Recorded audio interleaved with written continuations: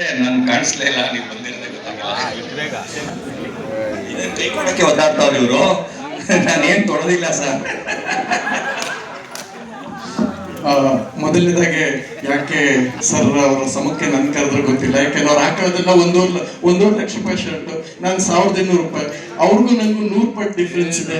So ನಿಮ್ಗೆ ಒಳ್ಳೇದಾಗ್ಲಿ sir. And ಅವರು ಸೋತವ್ರಿಗೆ ಪಾರ್ಟಿ ಕೊಡೋರು, ಮಿಸ್ ಆಗಿರೋ ದೇವ್ರ ದೃಷ್ಟ ಕನ್ನಡಿಗರು ಓಟಾಗಿ ಗೆದ್ಬಿಟ್ಟಿದ್ದೀನಿ ಸರ್. ಪಕ್ಕದಲ್ಲಿ ನಿಂತ್ಕೋಬೋದಾ ಸರ್? ನಾನು ಚಿಡಿ ಅರ್ಹತೆ.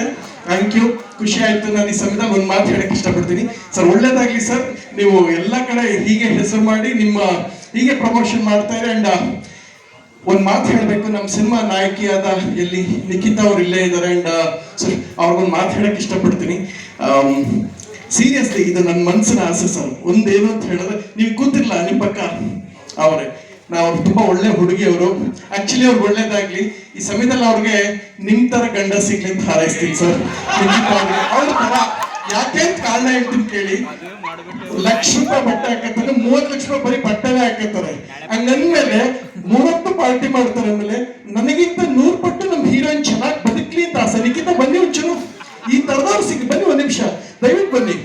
ಸೊ ಒಳ್ಳೇದಾಗಿ ಬನ್ನಿ ಬನ್ನಿ ಬನ್ನಿ ಬನ್ನಿ. ಇಲ್ಲ ಫಸ್ಟ್ ನೈಟ್ ವಿತ್ ದೆವ್ವ ಸಿನಿಮಾದ ನಾಯಕಿ ಪ್ಲೀಸ್ ಆನ್ ಸ್ಟೇಜ್. ಸೊ ಅವ್ರಿಗೆ ನಿಮ್ಮ ತರ ಗಂಡ ಸಿಗ್ಲಿ ನಾನ್ ಹಾರೈಸ್ತೀನಿ ಸರ್. ಯಾಕೆಂದ್ರೆ ಲಕ್ಷ ರೂಪಾಯಿ ಬಟ್ಟೆ ಹಾಕ್ತಿರೋ ಅಂದ್ರೆ ಅವರೆಲ್ಲ ನೋಡಿ ಸರ್, ಅವ್ರು ಬರೀ ನಾವೆಲ್ಲ 1000 ರೂಪಾಯಿ ಶರ್ಟ್ ಸರ್, ನೀವು ಲಕ್ಷ ರೂಪಾಯಿ ಬಟ್ಟೆ ಹಾಕ್ತೀರಾ ಸರ್. ಏನ್ ಸರ್ ಕನ್ನಡಕದ ಮೇಲೆ ಬರ್ದಿರೋದು?